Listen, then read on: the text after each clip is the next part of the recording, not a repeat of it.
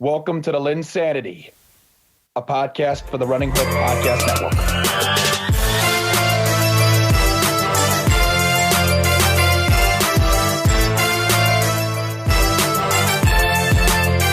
Hello and welcome to an edition of the LynnSanity podcast, a part of the Running Hook Podcast Network. And boy, oh boy, do we got a pod for you today, folks.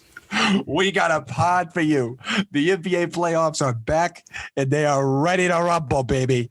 And we have the 2 pod a week LynnSanities every Monday night. We are starting off with the lovely Circle City Cinema host who has put together some fabulous Fast and Furious series. The man who is doing drafts like nobody's business on his podcast, Zach Griffith. Zach, it is a privilege to get this underway, and I'm excited to see what you're going to bring today. Listen, there wasn't a single bad game, guys. There wasn't single bad game. This is glorious. Truly. I mean, the worst game was probably Nets-Celtics, and even that was competitive most of the time. It wasn't bad. Right, so oh my God, I got some takes tonight. I'm gonna rip some people. I can't wait. I told you guys before the pod, I don't like overreacting after game ones, but some of this stuff, because I think it can be fluky sometimes after game one. Like, totally fair. Like last year when Portland beat the Lakers, everyone's like, oh, look at this. It's going 6. No, stop. I don't think some of this stuff this year, I don't think was fluky. And I think it's going to be a big problem for the teams that lost. Well, I already like the sound of that. And before you get too far into it, please make sure to go on to your platform that you're listening to this on and look to rate, review, and subscribe. If you want to leave a comment, please, you can just basically say Caleb is lovely and he looks attractive on the gallery view. He's a bum. And, that works for me. Bum. But anyhow, there's plenty to look at, and please comment, please review, please give us 5 stars because that's what we do best. But anyhow, Bryce Shadday, the co-host of the LynnSanity, it's going to be a great time, Bryce. The playoffs are great. And the series that we drafted are great. I feel like our draft was A+. I feel like we kicked butt. Didn't we not here? I'm very happy. I'm very happy with the series that we get to cover. If you want to hear coverage on the other series, go listen to Power Hour with Alex Burr and Dylan Hughes to get the other side of the coverage. But Caleb, I'm here tonight. I'm very excited. I haven't been amped for not that I hate doing podcasts with y'all, but I haven't been amped for a podcast in a couple weeks like this. I'm very excited. I'm about to dominate some players. Like I locked up Zach Griffith on his own court this weekend. Oh, shoot. Yes. It was easy. It was cake. That did not happen. It happened, folks. No, video proof evidence Will Hogsett has on his phone. Didn't happen. It will be released of me dominating, me and Caleb, the co-host connection, dominating Zach Griffith on his own home court. Okay. But anyways, Caleb, without further ado, please get us into it. Well, and what we'll do first is we'll just run through the scores, just plain and simple, of every series, and then we'll remind everybody the series that we do have. So just to start off, the playoffs started May 22nd, right? Bucks won 109-107 over Miami. This podcast will be diving into that series pretty hard. Mavericks and the Clippers. The Mavericks won 113-103, thanks to an unbelievable performance by Luka Doncic, and the Dallas Mavericks, who are looking very good. And if you want to hear more about that in that series, please tune in to the Alex Burr and Dylan Hughes Power Hour. Celtics and Nets were also on. The Nets won 104-93 over Boston. We will be covering that series on this podcast. The Blazers and the Nuggets, we will also be covering that series on this podcast. The Blazers won 123-109. For Sunday's games, Alex will have you covered with the Sixers. Absolute. They just showed their dominance inside, 125-118. We will cover the Lakers and the Suns. The Suns won 99-90 over the Lakers. Hawks and Knicks. Alex and Dylan will have you covered for that. The Hawks won 107-105 thanks to Trae Young's unbelievable game-winning floater, and not because of Gallinari. And the Grizzlies and the Jazz. The Grizzlies won 112-109 over the Utah Jazz. And Alex Burr and Dylan Hughes will have you covered with that. So without further ado, We'll run you through real quick. Lakers, Suns, Heat, Bucks, Nuggets, Blazers, Nets, Celtics will be covered on the LynnSanity. We will be diving into those. We'll be talking a little bit about the other series, but that's not going to be our huge focus. Our focus is going to be down to these 4 series, and then we'll talk about it with Alex. We'll talk about it with Dylan on the Power Hour. We'll bring them on to have them talk about stuff. But it'll be fun to follow. But meanwhile, let's go right into it, baby. Let's go right into it. The Lakers and the Suns are the first series that we're going to talk about today. And the Phoenix Suns in the Valley, baby, with a loud crowd. Holy crap, loud crowd. The Suns won. They beat the Lakers. Bryce, I'll start with you on this. The Lakers tried to throw the kitchen sink at Booker. They threw everything, right? They threw everything. It's like a packed sink in the kitchen. Right, they threw everything. It's like, okay, let's just throw it all together. We gotta. It's all. That's how it's gonna get there. It's all gonna get there. But that didn't stop Devin Booker. Right, that didn't stop him. But I know there's one particular piece that Zach and Bryce both have in mind when discussing the series, and I'll let you take it away, Bryce. Well, and I mean, here's what I'm gonna do. I'm actually gonna defer a little bit. I'm gonna take my turn first, but I'm gonna defer because Zach Griffith feels way stronger about this at this point. One point. I am with you. Okay. 100%. Sure, and Zach is going to lay the smack down on this in rock style fashion. It's over for this guy. It's over. All right. My takeaway from this game, and I texted you guys about this earlier when I rewatched some highlights on this game. 100%. The Lakers look discombobulated and lost sometimes on offense, almost like they don't have an identity. Phoenix look much more organized, and maybe that's the impact of Chris Paul, and in some ways it probably is Chris Paul. But they know where the ball should go. The ball should go to Devin Booker, and we talked about this the day of the game, right? The stigma that Devin Booker is not a big-time player in big games is completely false. Completely false. 34 points, 8 assists, 7 rebounds, triple-double watch, if you will. Where did that even come from? I have no idea. Maybe because he's young. I've told you guys my opinion on the bubble games. I could see that. But, I mean, he played a full 45 minutes, 13 of 26 from the field, 50%, 3 of 7 from 3, which is kind of unusual for Devin Booker, but an absolutely phenomenal game from Devin Booker. It's exactly what you want out of your best player. Well, arguably your best player now that Chris Paul is there. Chris Paul is not going to wow you on the stat line, but he's going to do what's necessary. And the Lakers just look lost. Just completely lost. And some of the decisions that Frank Vogel made as far as rotations go, I don't understand. Wes Matthews, only 12 minutes? Come on. This is why you signed Wes Matthews, to play him in these games. So you put him in there for 12 minutes. You have Alex Caruso that has 24 minutes. I don't understand. Montrezl Harrell, who is dominating somewhat in the second quarter, only plays 15 minutes. Well, Bryce, they don't know who their guys are. They have Phoenix knows who their guys are, who they can count on. I agree. LA has no idea. I don't understand. You don't play Ben McLemore. Okay, fine. You don't play Morris. Can I just real quick, Bryce, real quick? Sure. The big reason for McLemore not playing was due to a car accident, recent car accident. Gotcha. So I don't know how much that affects the play, but I just want to make that clear. Okay, fair enough. But I mean, even Kuzma, only 19 minutes. I don't know that you want to play KCP 35 minutes, which, by the way, he was 2 of 9. What happened to that playoff KCP that everybody wants to talk about? Caleb? Enough. Oh, yeah. Caleb needs to eat it on KCP. This is an inexcusable performance. 1 of 7 from the 3-point line. Just 2 of 9 overall. Abysmal defense. Abysmal. Kuzma, 0 of 2, 0 points. Wes Matthews, 1 of 4, 2 points. Horton Tucker, who they just had to have instead of Kyle Lowry, 7 minutes. He shouldn't be playing. 1 of 4. He shouldn't be playing at all. He should get a single minute. It's embarrassing. And for somebody like Frank Vogel, who I respect mightily because of what he did in Indiana, this is just frankly just downright disgusting. Figure it out.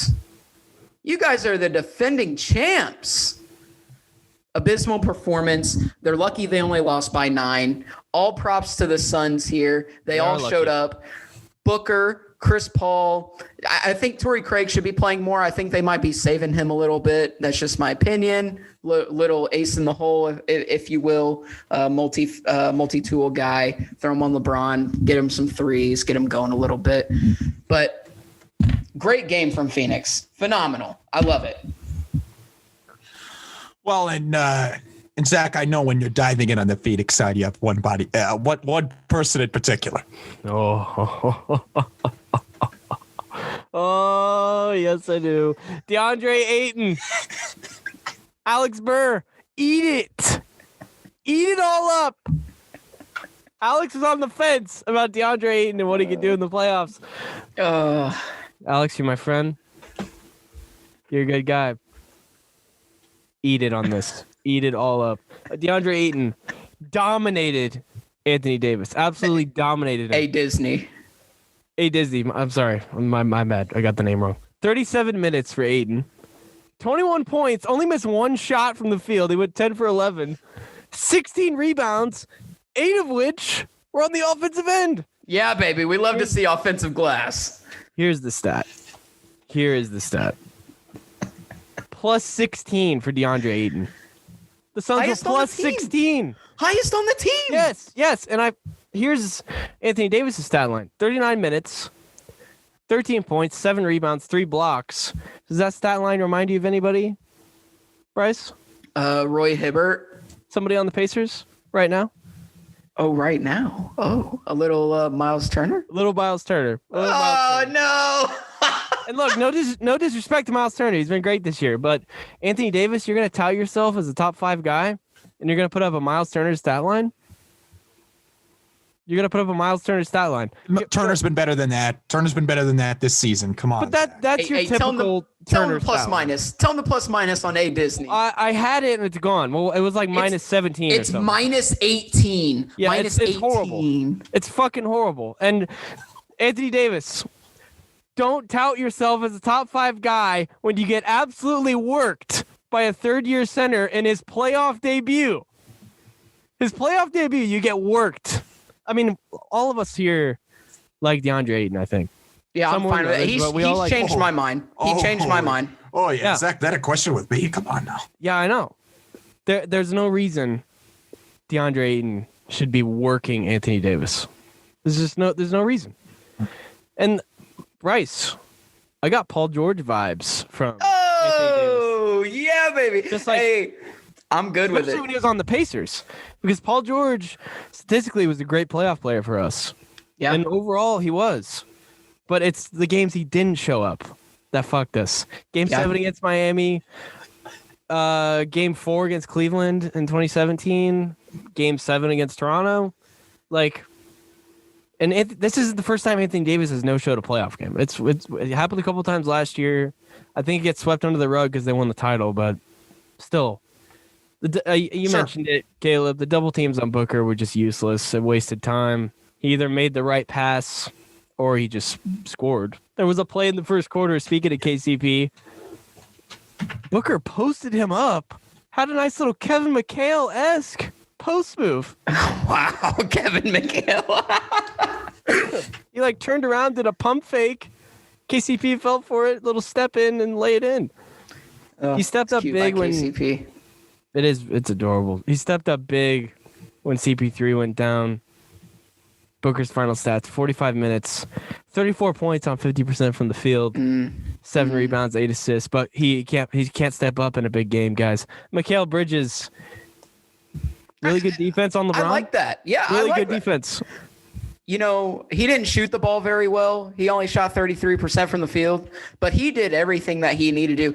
Even with him shooting 33%, plus 9 in this game. Plus 9. And here's what I think the Lakers are going to do. Just because Drummond, Davis, and Harrell all got absolutely owned by Ayton. They're going to trot out Marc Gasol in game 2. Marc Gasol is going to get some minutes in game 2. I agree with. I agree. He's also going to get worked. They should. He's also going to get worked. Their center rotation, I mean, Davis won't play the center, which is just cute. I've always thought Davis was soft, and he just proved it yesterday. Drummond and Harrell are just, I mean, against a guy like Aiden. Aiden can stretch him out, or he can just body him to the basket. It doesn't matter. Harrell might get below 15 minutes the rest of the series. There's just no chemistry on the Lakers. There's none. LeBron's going to have a vintage LeBron performance. The rest of the series, not just game 2, the rest of the series. Because if AD's going to no-show like this every other game, what choice do you have if you're the Lakers? Because you don't have the third guy. You haven't had it the past 2 years. So just, come on. They have no answer for Ayton. The Suns' wing depth is one of the tallest tasks LeBron has ever had to face from a matchup standpoint. I mean, they're so deep at wing. It's not even funny. So unless vintage LeBron comes out, give me the Suns in 6. Oh, wow. They have no answer for DeAndre Ayton. They have no answer. That was a flame. Wow. I mean, here's the other thing. Here's the excuses that I hate. I mean, all they can hope for is refs, Bryce. That's all they can hope for. Well, they're definitely going to get the refs help. They're definitely going to get the refs help here. Refs were abysmal in this game as well. Oh, absolutely awful. I mean, here's the thing. I mean, and the other thing is people are making excuses for Anthony Davis. I shared that tweet with you guys earlier today. This Tom, well, I don't even know, Haberstroh. Tom Haberstroh. Yes, very well respected. This was not a good showing for Mr. Tom here. Laughable. You defend Anthony Davis by saying he's not shooting the 3 well and something's not right because he's not shooting the 3 well. Anthony Davis is a 7-foot power forward. He is not somebody that should be shooting 3s so many a game. And that's how you judge Anthony Davis, on how well he shoots the 3. This is embarrassing. And this is why I hate LeBron James, because he takes the game's best power forwards. He turns them into soft power forwards that only shoot 3s. Anthony Davis has one of the best post games and best mid-range jumpers we've seen in the league from a guy his size, and he refuses to use it because LeBron wants to stretch the floor. It's embarrassing. It's ridiculous. Anthony Davis needs to quit being soft, get inside, get your little fadeaway jumper going, get your post game going. Again, all respect to DeAndre Ayton. He is still a third-year center. First playoff series for DeAndre Ayton. It's embarrassing. First playoff series for pretty much this whole team other than Crowder and CP3. Like, here's a question for you guys. If you're Frank Vogel, is LeBron James on one ankle your best answer for Devin Booker in a one-on-one matchup? Because I think it is. Probably. Again, I think Wes Matthews should be playing more. I really do. I believe that. Because Caruso's cute, okay? They need to stop with this. He got torched. He got absolutely. Caruso ended the game with 4 fouls. 4 fouls. It's stupid, man. Hit me with the plus minus. Hit me with the plus minus. Actually, Caruso was +1. Oh, wow. He was one of the few guys that was actually plus. There were 4 guys on the plus side. No one higher than +2. Wow.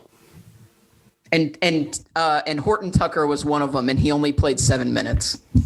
I mean, I'm not going to sit here and doubt LeBron because he makes us shove it every year, but this is his tallest task in the first round since he played us, Bryce.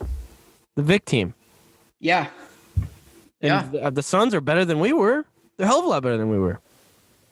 Suns are a hell of a lot better than that Pacers team was, so I don't know. Something major is going to have to change for the Lakers. Oh, yeah, they're in trouble. Well, here's my issue with this team, right? The defense is going to be there. I mean, that's always been a staple card for Frank Vogel teams. Okay, that's not. I'm not concerned necessarily about them being able to limit the Suns. The offense is a concern. It felt like a struggle to get to 90 points. It felt as if it was like, you were going on a 5K and you're just barely getting to the finish line, but you get there. The Lakers barely are getting to the finish line when they are getting 90 points right now. Their offense has to be able to deliver more. And it's not just LeBron. Drummond was absolutely awful in this game. He was awful in this game. And you did not pick him up to give you what he gave you in this game. You did not want him only playing 19 minutes. Folks, that was not the plan. No. Okay.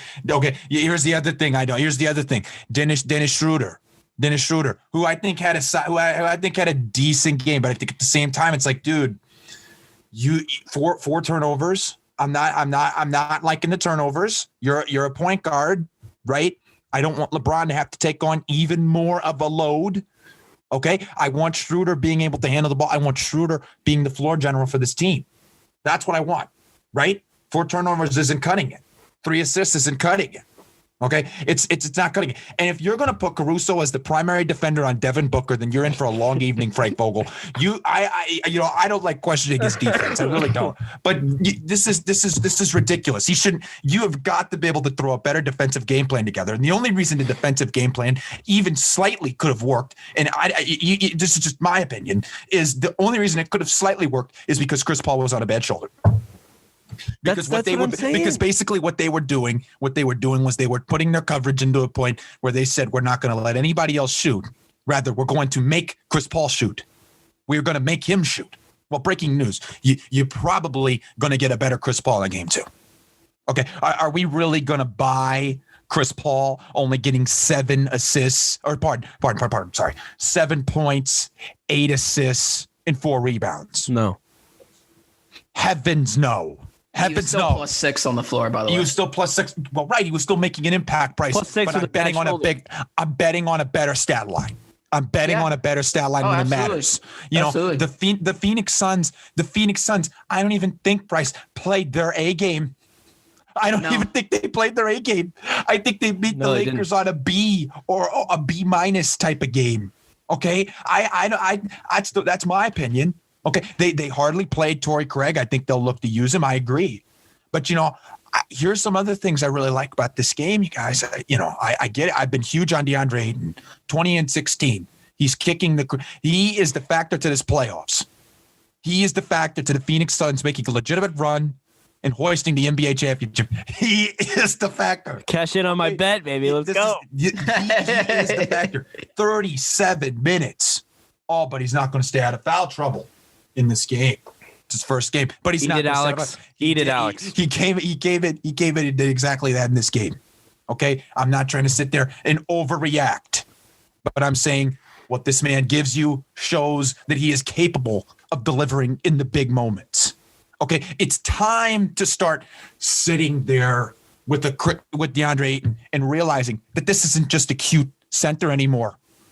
This is a legitimate top 10, top 8 center in the game. Yeah. Super mobile. He runs the floor extremely well. He's a specimen, guys. He stands out on an NBA court.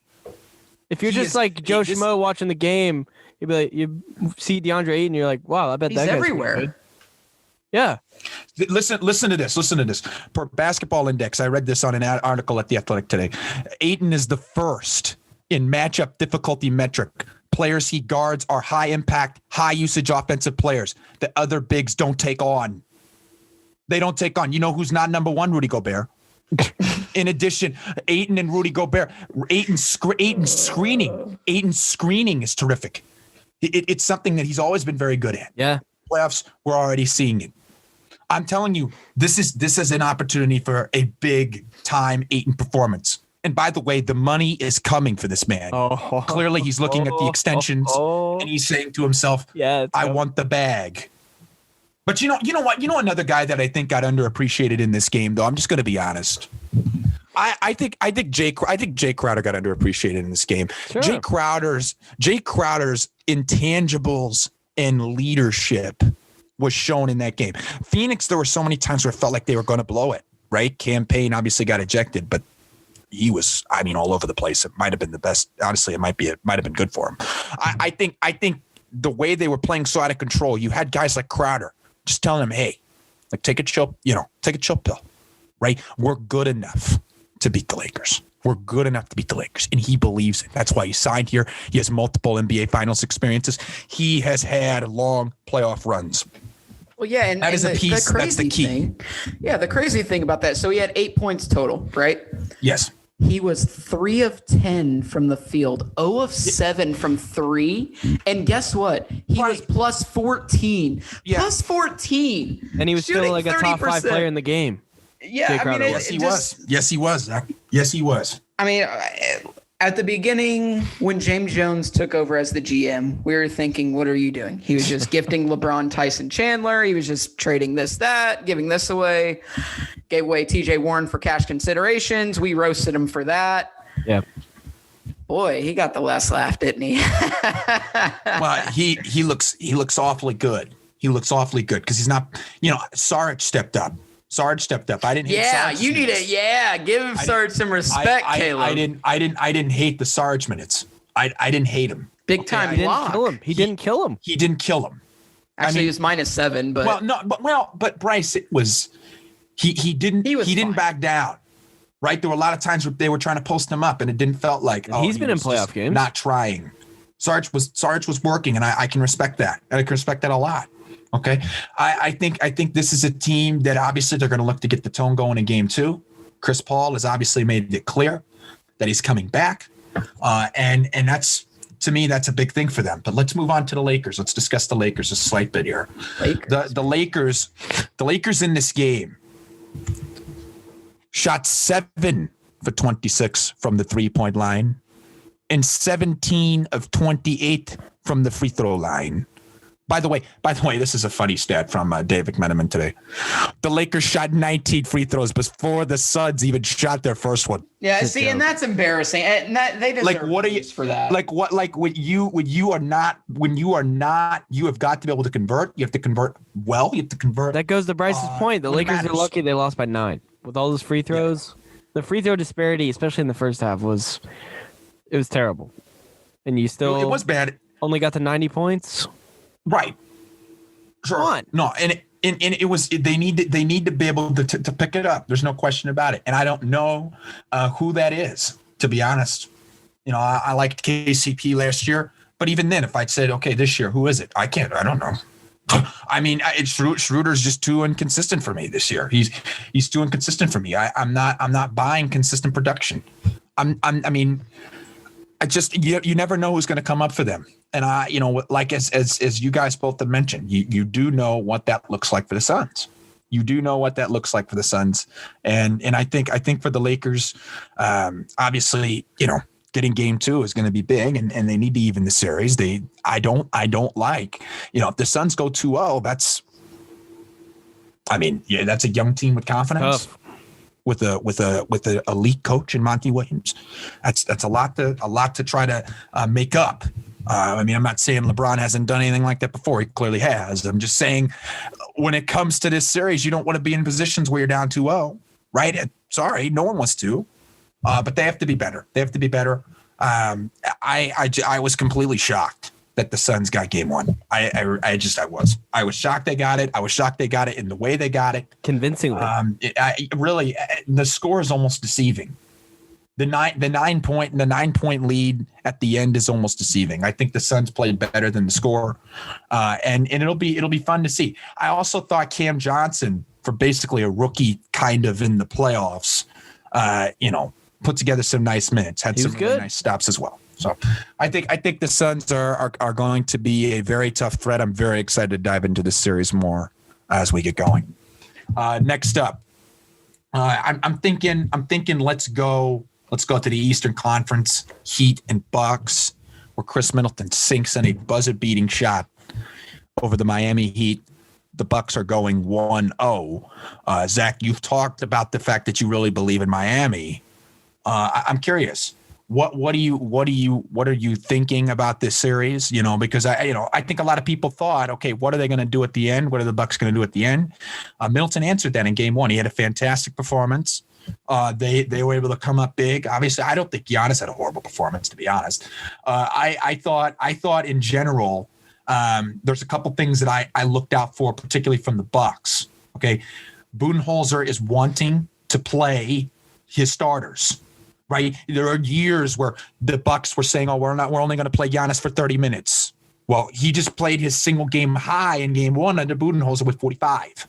Right. Okay. You're obviously seeing adjustments with how he's using the starters. Okay. But I guess, but for Miami, Zach, you were high on Miami.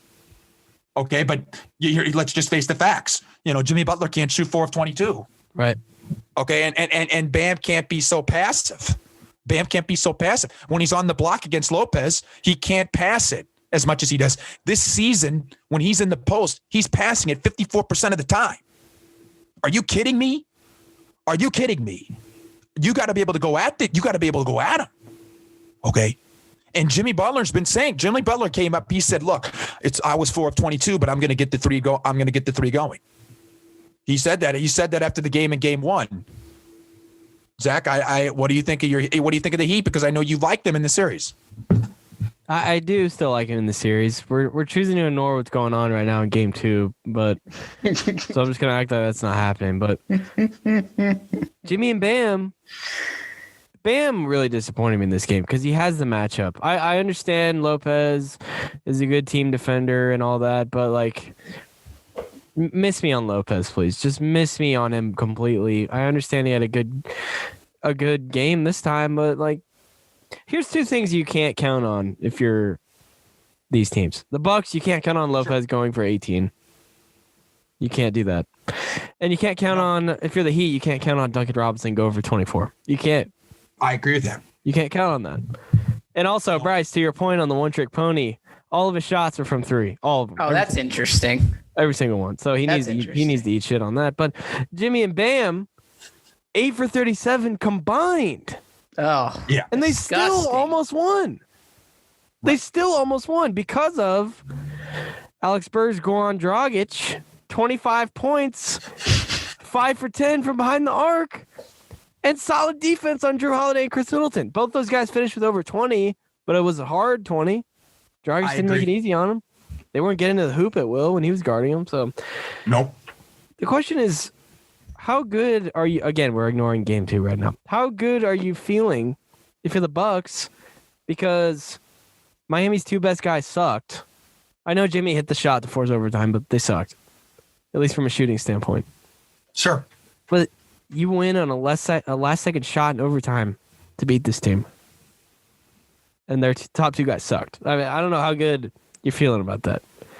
I want to go in on this bullshit free throw timing call. I want to go in on this. Oh, wow. You have a problem. I do have a problem because you're not going to call this shit all season, and then you're going to call it late in a playoff game that could have cost the Bucks the game. All because Caron Butler's waving his arms around on the sideline like you're about to back into his car. He's just like, you gotta call it. You gotta call it. 10 seconds. Shut up. You're gonna call it because a dude on the Miami sideline is waving his arms around, telling you to call it. The refs can shove it up their ass on that call. That was a bullshit call. I understand the rule. I think it's a good rule. Yeah. But you haven't called. The thing is, you haven't called it all season, and now you're gonna call it in game 1 of the playoffs, late in the game, where it could determine the outcome. Yeah. What are you doing? Right. Yep. Also, one last thing. Drew Holiday over Eric Bledsoe is such a fucking improvement. It's my goodness. It's hilarious. It almost had a triple-double. I mean, he's getting breakaways in this game. Never saw that once with Eric Bledsoe on the Bucks. I don't think we've seen it since he left Phoenix, honestly. Elite defense on Butler at times. Elite. Yeah. And his playmaking is just something Bledsoe didn't give you, so... Such an improvement. I'm actually going to change my pick. I am going to change my pick, and I'm ignoring game 2 because I really thought that was a must-win for the Bucks, considering what happened last season. This is the team that mollywopped you in 5 games. And if you lose this game 1 at home in front of fans for once... Sure. You're not feeling good going into game 2. So no, you're not. I don't know. These teams know each other. I think the Bucks are better than last year, mostly because of Holiday. I know I said at the top I don't overreact after game 1s, but I just think Holiday over Bledsoe is such a difference. It's such a difference. It's not even funny. It's not even funny. And I know they gave up a lot for Holiday, but it was worth it. It was worth it. Oh, this is music to my ears, Zach Griffith. This is music to my ears because, and I quote, I'm not sleeping on Miami anymore, not after last season. I'm still not sleeping on them. To which I said, I will prepare my pillow and my mattress, and I will sleep with the Miami Heat underneath my mattress. You misquote me, Bryce. I'm not sleeping on Miami. I'm just changing my pick. They could still win the series. This is great. This is glorious right here, Zach Griffith. This is just awesome. The Bucks are going to win this series. Okay, they're not going to let now. I think we have also forgotten that Bucks team was decimated with injuries as well. I mean, you lose Giannis, who wasn't even 100% healthy coming into the series. He goes down with a sprained ankle. The series is over. Right. It took Middleton to have the playoff game of his life. Yeah. To win a game. Yep. And not to mention, I mean, Middleton again didn't shoot phenomenally in game 1, but he played well. Wasn't I gotta give it to him last year? Yeah, it was. Yeah, it was. I gotta give it to Chris Middleton because I gave him a lot of crap last season for not showing up in the playoffs. He showed up in the one game, okay, to prove it to everybody, right? All right, and I got to step up. But I appreciate this performance that he put forth in game 1. He came out firing. About time. Now we know what's happening in game 2 right now. We're choosing to ignore it. I actually don't know what Middleton is doing in this game. I truly don't. I've just seen scores. That's all I've seen. If Middleton can keep this up, the Bucks will contend for the finals. 100%. I think it hinges on Chris Middleton, though. I think he is the X factor because you know what you're going to get from Giannis. You're going to get 25 and 13 from him every game. Holiday, he's going to show up. Holiday had a good game. He didn't shoot it well from the 3. I think that'll change. Holiday's going to bring it. It all hinges on Chris Middleton for me. And then as far as Miami goes, I mean, I guess I don't know. It just left you wanting more. Okay, big swing and a miss on Ariza. Massive swing and a miss. He's done. He's washed. He is. Do you think Miami wanted to play him that much? Yes. I mean, my God. Yes. I'm saying overall. You think they said we have? You think beginning of the year they're thinking to themselves, man, we're gonna have to pick up a guy like Trevor Ariza when they signed him, much minutes. Yes, 100%. They thought this was going to be the guy that'll come in and give him. He's washed. For me, I think Ariza and Iguodala are the same at this point in their careers. I think Iguodala is on a collision course with retirement as well, in my personal opinion. Iguodala is not as impactful as he was in Golden State, and Miami needs to get off of that. They need to get off of it immediately. Him and Ariza, they're just not what they were, guys. They're just not. And Pat Riley should know better. He should know better. And Adebayo, Bam, yeah, you expect a lot more from a guy who, again, highly touts himself, right? You know, we talked about All-Star and things like that. I expect better. Okay, you get what you get with Kendrick Nunn, right? Jimmy Butler, all around good stat line, but sometimes you don't. Charles Barkley said it perfectly tonight before Game 2 started.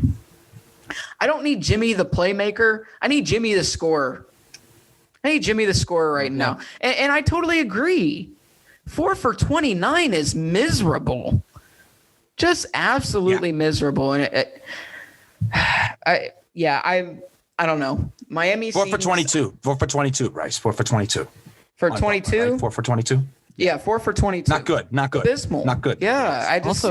How are you not going to play Achua? How are you just not going to play that guy? You need. Yeah, I think he's got serious potential. He's got serious potential. Hey, I've been trying to lead. Instead, you play Dwayne Dedman.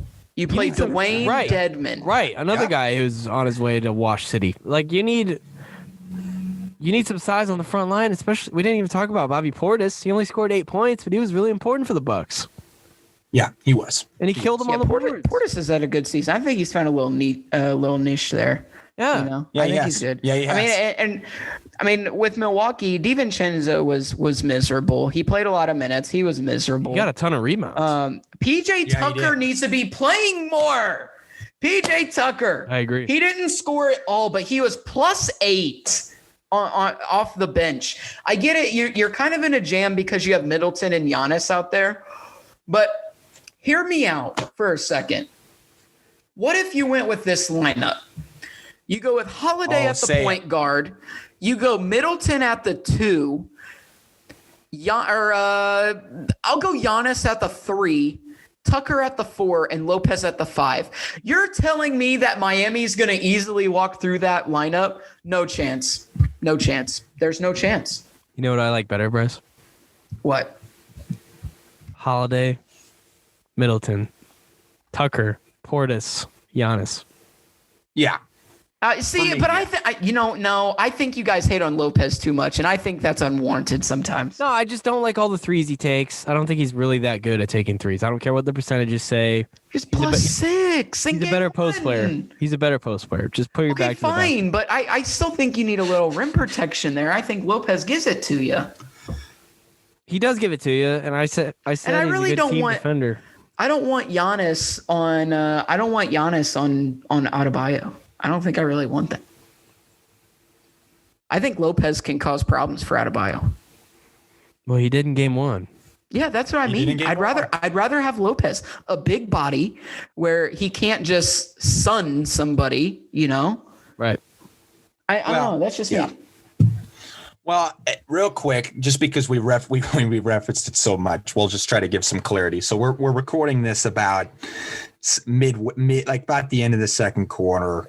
You know, Bucks are pretty much trouncing the Heat 71-45. They're doing it through a lot of different ways. Oh my Middleton's got about double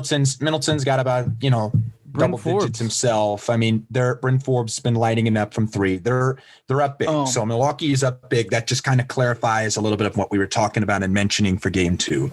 I think the big thing for me in this series is Budenholzer. And so far he's had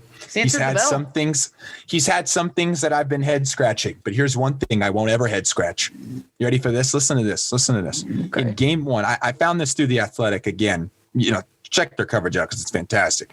In game 1, Budenholzer found a way to at least have 2 of Giannis, Drew, and Middleton for every second of the game. That's smart. That is not something we would have said. That's not something we would have said last year. That's not something we would have said 2 years ago. Because he pulled his guys. He pulled his guys last season.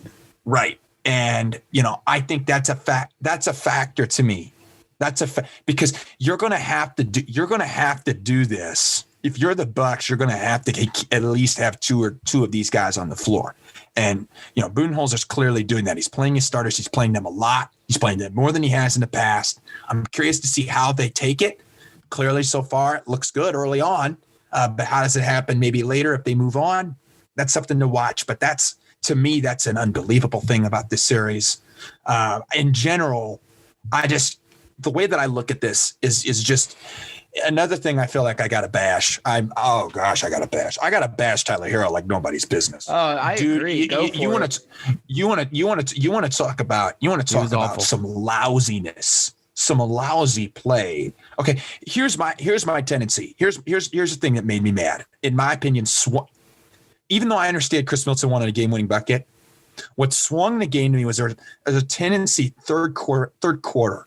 Tyler Hero misses three shots, doesn't get back on defense twice after the shots in the third quarter.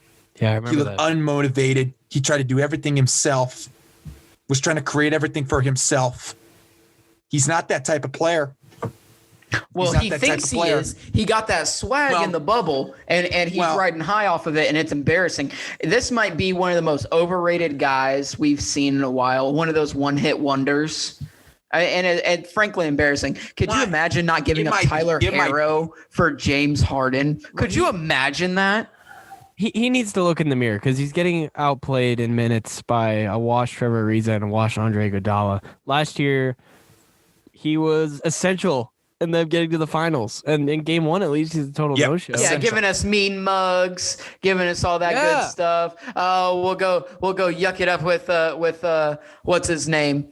Rapper Jack Harlow. Yeah, Jack Harlow. Give me a cereal too. Yeah. Okay, where you at? Where you at, clown? Caleb, if he gets back on 2 of those 3 possessions, maybe they win the game. Maybe they win the game. Pivotal game. But pivotal. Two of 10. Awful. The Awful. consistency to not get back. It was that bad hero game, really bad hero game. I also think personally, you're going to have to figure out a way. I think Precious is a good point. I've been trying to defend that. I don't know if they just see the veteran presence of Dedmon as something more important to them. I'm not totally sure. But clearly, Ariza is not Crowder. Ariza is not Crowder, and they're desperate for Crowder. I haven't seen a good Ariza season since he's been in Houston. And there you go. That might do it.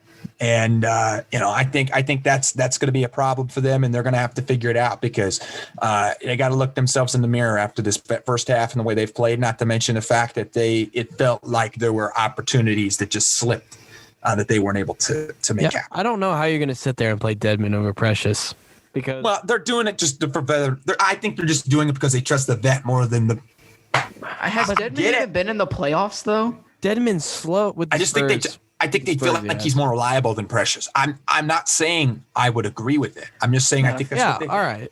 But Dedmon, he's just slow. He's not a good defender. I get it. Trust me, I get it. I'm just telling you, I think they're trying to get off. They're trying to give a vet because they feel like that's what they have to do. Like Portis ate him up. I know it did. The other thing, we do want to introduce a new segment. And without further ado, Bryce, Shadday, we've done 2 series. So just real quick, hit me with the Lakers Suns one, and then let's do Bucks Heat. For my Lakers Suns. Overreaction time. Zach Griffith loves overreactions. He loves my overreactions. Here's my overreaction for the Lakers Suns. Here we go. Yeah, this is why we're doing this. Marc Gasol is more playable than any other big man on the Lakers other than Anthony Davis. I agree with that. Oh, we got an agreement from Zach Griffith. I love it. Going up, Montrezl Harrell got. I mean, oh my God, he got washed off the floor last playoffs, and the Lakers like, give me this guy. What happened? Game 1 gets washed. Yeah. Gets washed. I understand he had a positive plus minus and like some rebounds, but he only played like 15 minutes. Get him off. Drummond was horrible. He was awful. Get him off. I love it. There were points Drummond was out there. I'm like, why did they sign him? Hey, but Boston could have had him. Boston was so close. They were so close. It's like, why are you going to sign this guy just to stay afloat and try and stay out of the play-in, which failed. That didn't happen. Failed.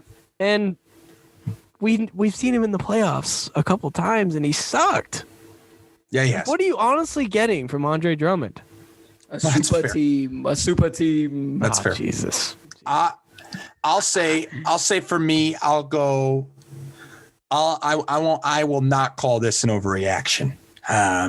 They need Gasol. They need him bad. It would not shock me if we see him in game 2, because I just think he'll give you a little more. Not only defensively, but I think he just gives you more playmaking. I think he gives you a unique. I understand they missed that lob presence at the 5, but I think Gasol cancels some of those things out, and I think that's worth it for the Lakers. Bryce, give me your next one. I had one for this Bucks Heat series. Sure. But not taking into account game 2. Well, you kind of have to now. I'm going to go with a very hot take, a very much needed overreaction. The Bucks will sweep the Miami Heat. I won't go there. Book it. I won't go there. Book it. I won't go there. Wow. Oh my gosh. No. Wow. Oh yeah. No. It's happening. Wow. 4-0'd. No. 4-0'd. Holy They can't cow. produce. Miami can't produce on offense. They don't have a go-to scorer. They just don't. They flat out don't. No, stop. Okay. They don't have a scorer. They have a go-to. They He have just a go-to sucked in game scorer. 1 is all. No, I disagree. I disagree. Oh my gosh. Bryce, I understand the tide has turned on this series, but your disrespect of the Miami Heat is it's they've made such bad moves. Let's think Bryce, about this. You're sitting there and acting like this team has done nothing when they won 2 NBA Finals games last year. Congratulations. They swept us, Bryce. They fucking killed us. Yeah, and we deserved it. But you signed Trevor Ariza thinking he's the answer. You have Andre Iguodala who's washed. Bad move. You hold on to Tyler Hero instead of getting James Harden. You trade for a broken Victor Oladipo. Think about the moves they've made for a team that just made the finals last season. Sure. They didn't make the right moves. They whiffed on all of them. All of them.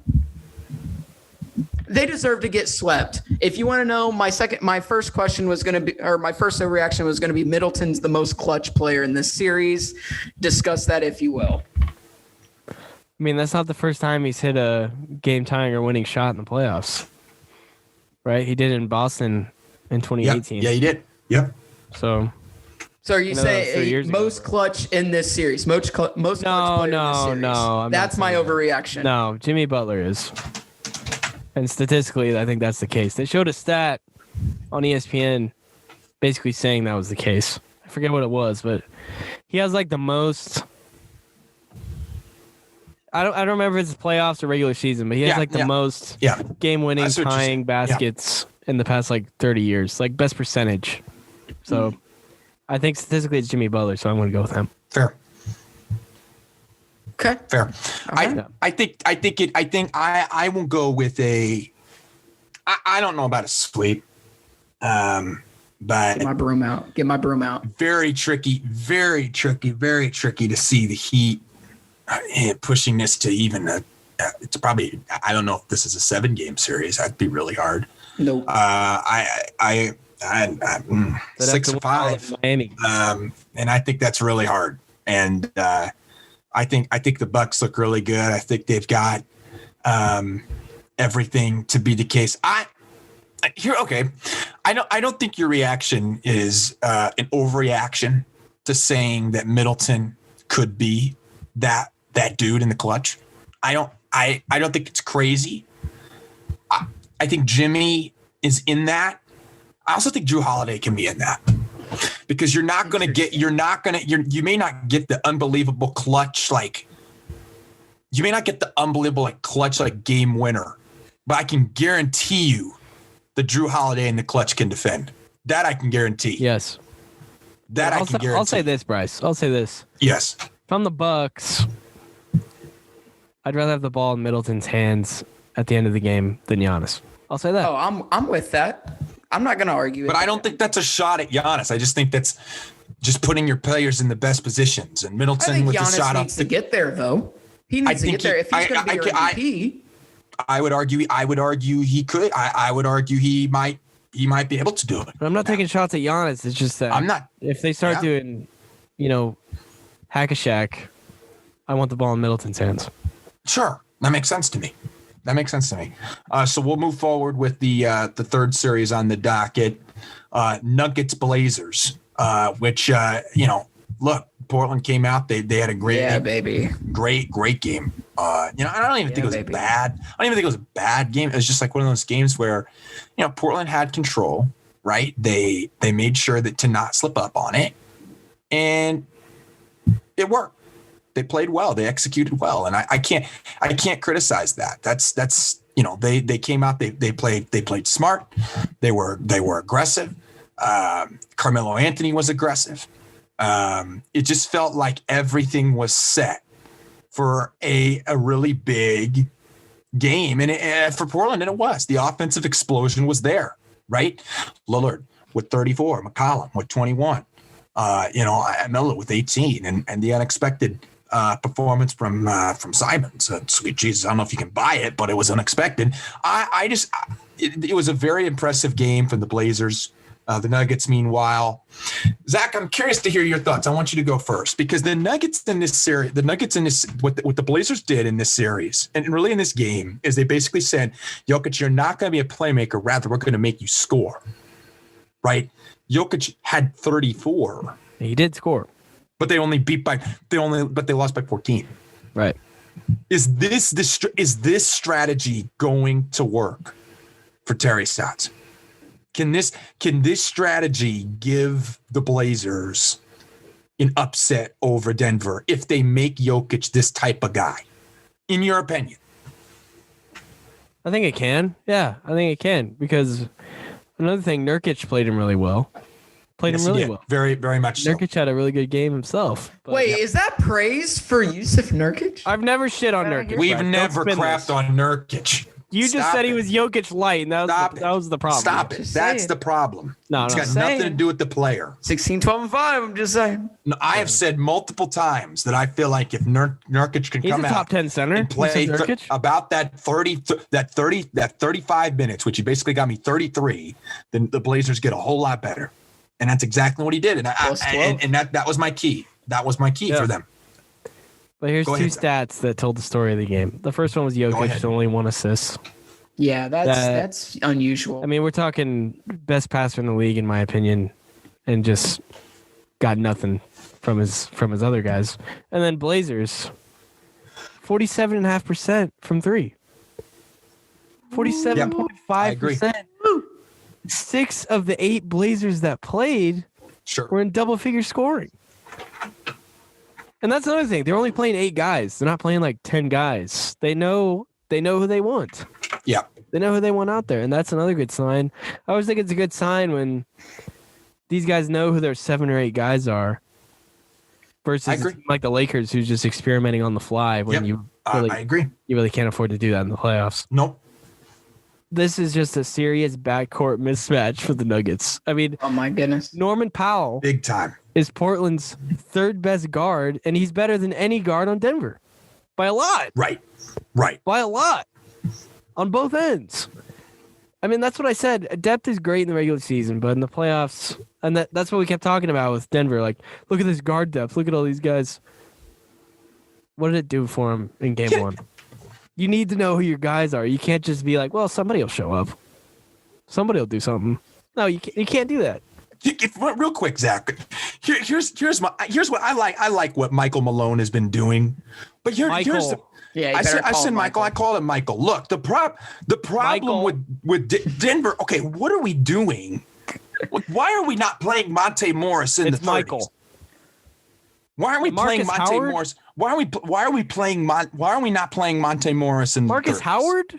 Why am I not trying to put Monte Morris in the starting lineup? Because they like Austin Rivers. Not to mention, like, I think Millsap and Green are good players. And if you're only going to give them 15 and 18 minutes respectively,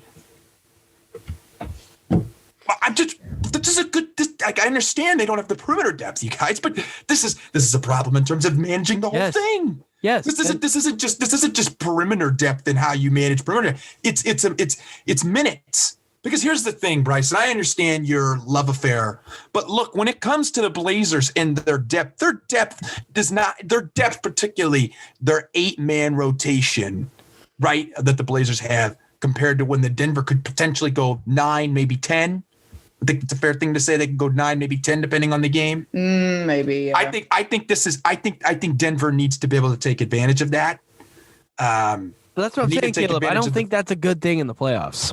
They need to take advantage of their front court depth, though, because I think the front court depth's really good compared to the Blazers. I agree with that. It's really good, and that's where they need to take advantage. They need to spin it, and if the Blazers are going to take the backcourt, then the Nuggets need to take the front court, and I believe that they can do that, but they have to show it, and that's on Malone to make sure that happens. Bryce, but take it away, though. I know you've been liking the Blazers. Yes, and I'm going to use my first point to go after Caleb a little bit. Oh, no. Don't do it with Cantor. No. No. I'm not going Cantor. I'm going to leave it alone. But I am going to call out Caleb for this. Caleb drew attention to the Blazers defense. And I told him, I think some of these guys are going to pay off in the playoffs, particularly Robert Covington. Robert Covington didn't have a great game statistically, but he was plus 21 when he was out there. 34 minutes, only scored 8 points, 2 of 4 from 3. Yeah, he had the second best plus minus on the team behind Damian Lillard, of course, who just, it's Damian Lillard. We know what to expect. Yeah, Campazzo, Rivers, give me a break. No. Lillard, give me a break. Give me a break. Right. And you know what? The announcers were on one saying Austin Rivers was a great pickup for this team because of his playoff experience. What experience does he have? Blowing a 3-1 lead on the Clippers? Yeah, congratulations. Under Poppy's tenure there. Yeah, okay. And the other thing about this too is, yes, Carmelo Anthony had a very good game, you know, where he shot 50% from the field, 50% from three, 18 points. Really good game. But Norm Powell is not going to have those 3 for 11 he's games. not. He's just not. He's going to play better. And not to mention, he still brings value to your team with his defense.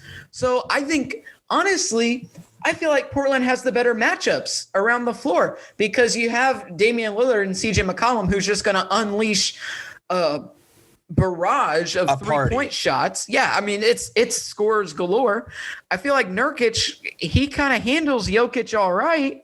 I mean, if we look at Jokic's numbers, yeah, he had 34 and 16, but again, only the 1 assist. So that what tells me is the Blazers are playing defense. They're covering up these guys who are cutting to the basket and setting these off-ball screens. They're covering up their guards extremely well. And Michael Porter Jr.'s got to be better. You're like, Bryce, what are you talking about? He had 25 and 9. I get it.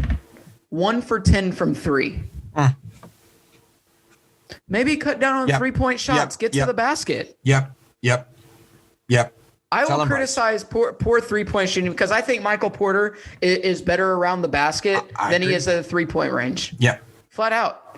Okay, yeah, he had 25 and 9. He was -6. Sure. -6. I don't know. I just expected a little bit more out of Michael Porter. I think he's going to be really good. I think he's ready for an explosion. But you can't shoot 1 for 10 from 3. And why are you taking 10 threes? Well, he's been rolling from the 3 all season. But I agree, Bryce. That's just something as a young player, and it's something as a coaching staff, and it's something as a veteran leader needs to go and say, hey, you know, what are we doing taking 10 threes? Get to the paint. Well, that guy should be Paul Millsap. I'd argue Paul Millsap, but then at the same time, I think Will Barton. Obviously, Will Barton's out in this game, but he was there. When is he coming back? Is he coming back? From my understanding, he's coming back. They need him. They need him bad. They do need him bad. I agree because he's a good defender. He's a very good defender. I think he's not. He's offense too. Yeah. He just gives me the best option to throw, probably right out of who they have. Probably the best option. 100%. So I think in this series, look, they're going to come out and they're going to have a party. I'm watching this series. I'm keeping my eye on Denver in this next game, which is tonight. I'm keeping my eye on it. I think that's the key. Denver needs this bad. If Portland goes up 2-0. I think that's a really difficult and tasking challenge. I think that's a very difficult and tasking challenge. So I think this is almost must-win territory for the Denver tonight. Can I say this? Go ahead. I love that these teams are familiar with each other.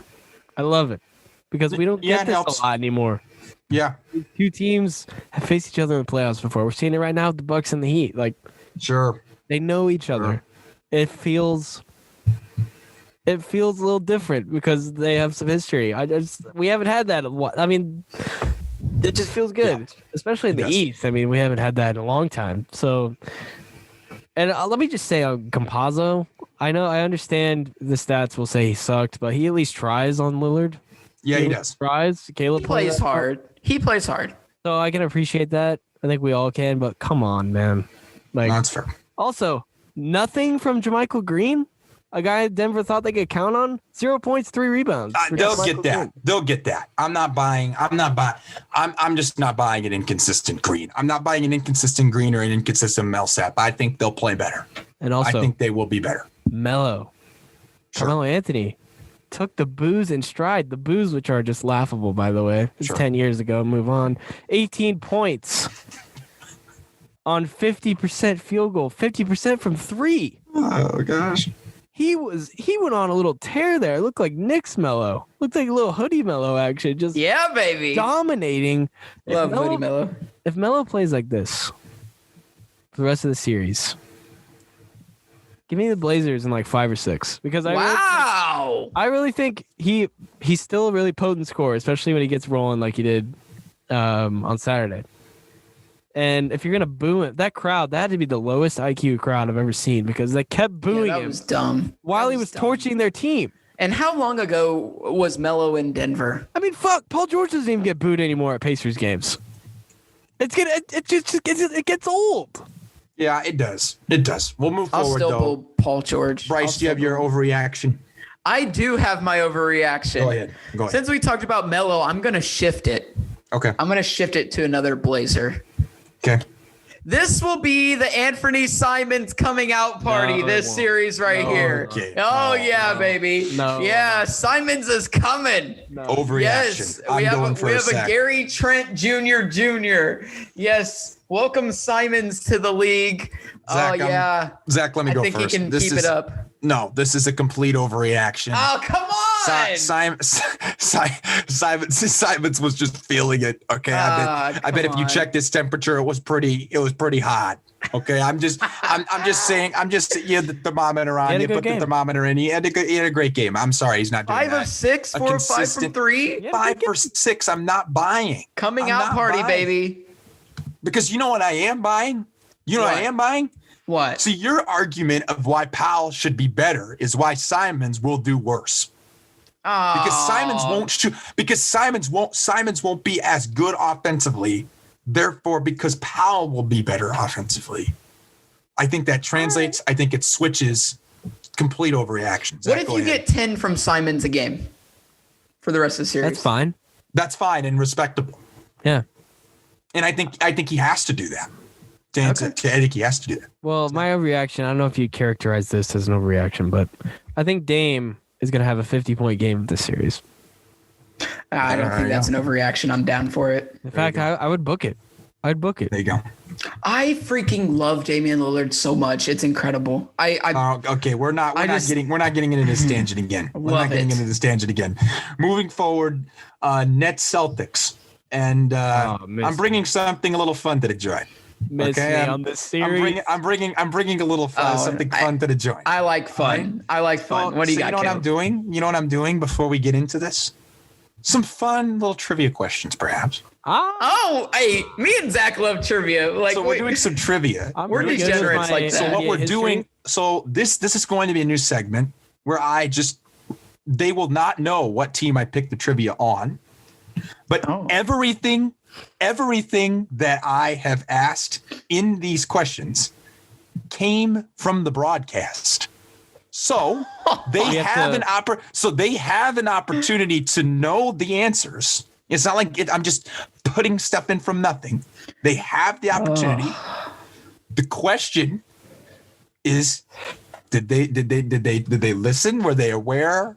Were they paying it? We'll just see. I feel like I'm back in Well, college. also the other thing to keep in mind is there will be an occasional retweet potentially of this question, which I know they both follow, and for all of you that listen to this podcast, follow as well, and you might be able to answer this question as well. So do not be afraid to add us when you recognize the retweet and recognize the question. So moving forward, I'm not going to tell you where I found this. Jeff Green, forward on the Brooklyn Nets, has been to the playoffs with how many teams? No research. Yeah. Straight guess. I'm just trying to think of the teams he's played for. Yeah, same. All right, so And you have to, and I'm giving. Can we you work together? about- Or You can work together. all right. So Boston, Boston, Houston? Thunder, maybe. yeah, Thunder, Houston. You're on a clock Yeah. though. I have to put you on a clock. You're on Okay. How about we do a minute clock? Can we do a minute clock? Minute 30 Okay, clock? that's fine. Sure. Brooklyn. Okay, go. Brooklyn, yeah, so Memphis? 4. Yeah, Cleveland. yeah. Anywhere LeBron James went, well, except the Heat. Not Orlando. Not Orlando. No, Not I'm also struggling to recall some of the teams he's been with. Washington. I don't think they made the playoffs. No, I don't. We got 6. Yeah, I'm gonna go 6. I'm down with 6. 6 final answer. Yeah. Yeah. 7. Ah, it was Washington, wasn't it? Washington was a team. Ah, damn it. Washington was a team. So Jeff Green has been in the playoffs Dang with it. 7 Fuck. teams. The only 2, Nazi Muhammad has been to more playoffs. Wow. Has been Lord. is also up in this category Nazi. as well. The LeBron show. Another a teammate of Jeff Green's at one point. Oh, geez. The next question. How many minutes have James Harden, Kyrie Irving, and Kevin Durant played together?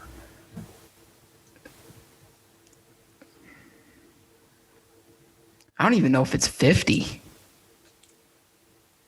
Well, they only played 8 games together or something. Played 8 games together. Yes, 8 games? played 8 games together. I'm gonna go. Maybe it is 50. Maybe it's more. I'm gonna go under 100. I'm gonna go 73 minutes. Okay, fine. I'll go 67. Wow. Okay. 202. Oh, Played shit. 202 minutes. Wow, we're way off. Very big oof. It is what it is, though. Ouch. Yes, Wow. Steele. Meanwhile, Nash was here's the running next more. one, then we'll move on. Kevin Durant got a double-double in this game. Yeah, he did. Easy. It was his first double-double since blank. Since 2019. Are we going more specific than that, or just the year? It's well, I would prefer to go a little more specific. Let's think Okay. about what So- games, All right. Since, what was his last appearance, things like that. Since, I'm going with Western Conference Finals 2019. oh, he didn't play, Bryce. He didn't play in those games. Oh yeah, you're right. Okay, I thought I'm gonna go first round against the Clippers in 2019. Okay. I'll go with the last game of the season 2019. Okay. Wow. First double-double since Game 4 of the NBA Finals in 2018. Oh, Kevin Durant. I was closer. Kevin Durant went for Kevin Durant. Kevin Durant and his 39th career playoff double-double. First since Game 4 of the 2018 NBA Finals with Golden State at Cleveland. 38 of the 39 playoff double-doubles have included a 20-point performance. A sweet, was by the from way. Mark Spears, who made that. That was a retweet. So once again, we'll do these throughout. We'll do them on different teams. So, and I don't give them any hints. I don't give them any suggestions. They just have. We almost had the Jeff Green one. Pair. Yeah, that was close. Next up, so let's get into the game. Brooklyn looked great in the second half. They look great in the second half. But everybody talks about the fact that their offense is so lethal. Their effective field goal percentage is so lethal. Their ability to score offensively is so lethal. Okay, the Brooklyn this season, 117.3 points per 100 possessions, the highest mark in 25 years. Most likely NBA history by going off this statistic. I found this on NBA.com. Their effective field goal percentage of 57.5%. The highest mark in NBA history, surpassing the 2017-2018 Golden State Warriors. The Brooklyn Nets are a team that is known for their offense, but won by their defense. They came out in this game and they looked really sharp on that end of the floor. I was worried, but you know what? If I was a Nets fan and I listened to Nash in those Wired, like how ESPN does that, Yeah. I was feeling a lot better every time I saw him on the screen. Yeah. He wasn't worried at all. He wasn't worried at all. No, Steve because he Nash- knows he has fucking but Durant, you know what? Harden, and Irving. But he wasn't. Sure, yes, that. But he wasn't worried on defense. And I think that's the thing that everybody's been wanting to keep blitzing is Brooklyn's not going to give us enough defensively. Brooklyn's not going to do this defensively.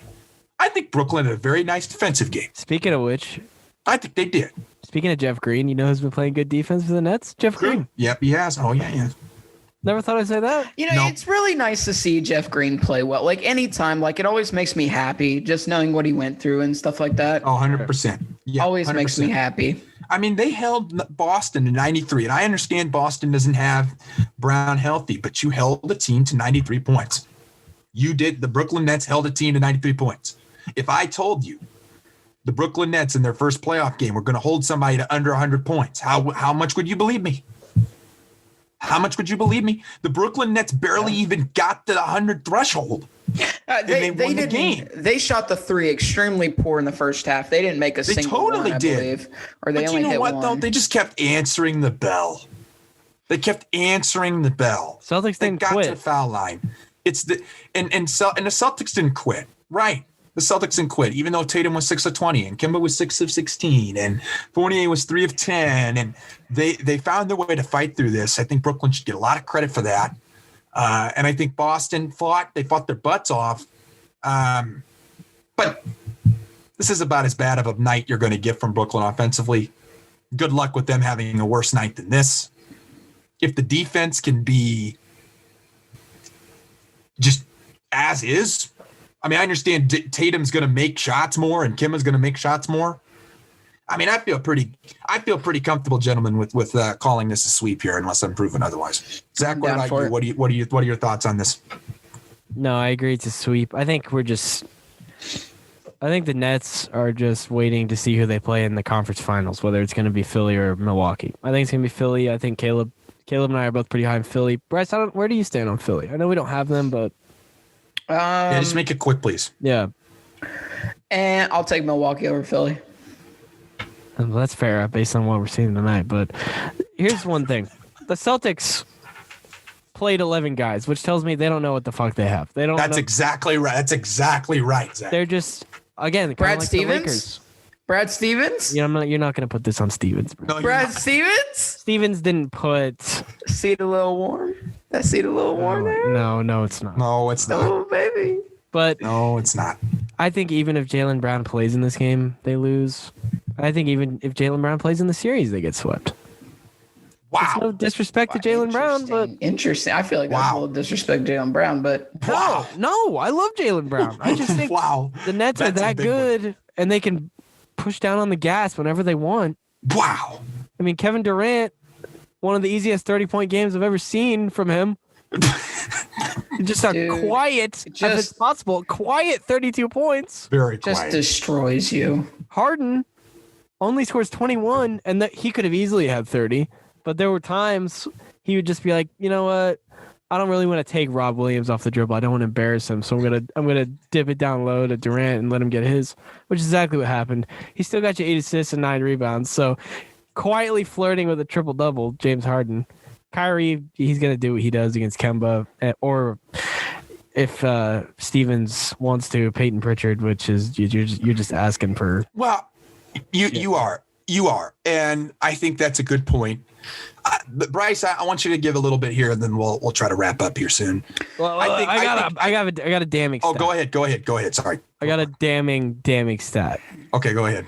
Evan Fournier, Tristan Thompson, Kemba Walker, care to guess their combined plus minus in this game? Oh, gosh. It was bad.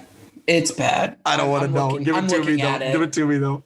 Minus 51. Oh, gosh. It's bad. Minus 51. If Kemba doesn't score like 22 plus, they're losing the game. That's just as simple. I agree. Zach made some good points. Bryce, I want you to. I know this is something that we talked about, Zach and I and you, as we were watching this game, looking through this game. The artistry of Mr. Irving around the glass. It's beautiful. It is beautiful. It's got everybody loving it. This was a really, really nice Irving game. I mean, 29 and 6 from the glass. I understand the assist numbers were low, but I thought it was a really nice Kyrie game. I'm curious to hear what you have to say.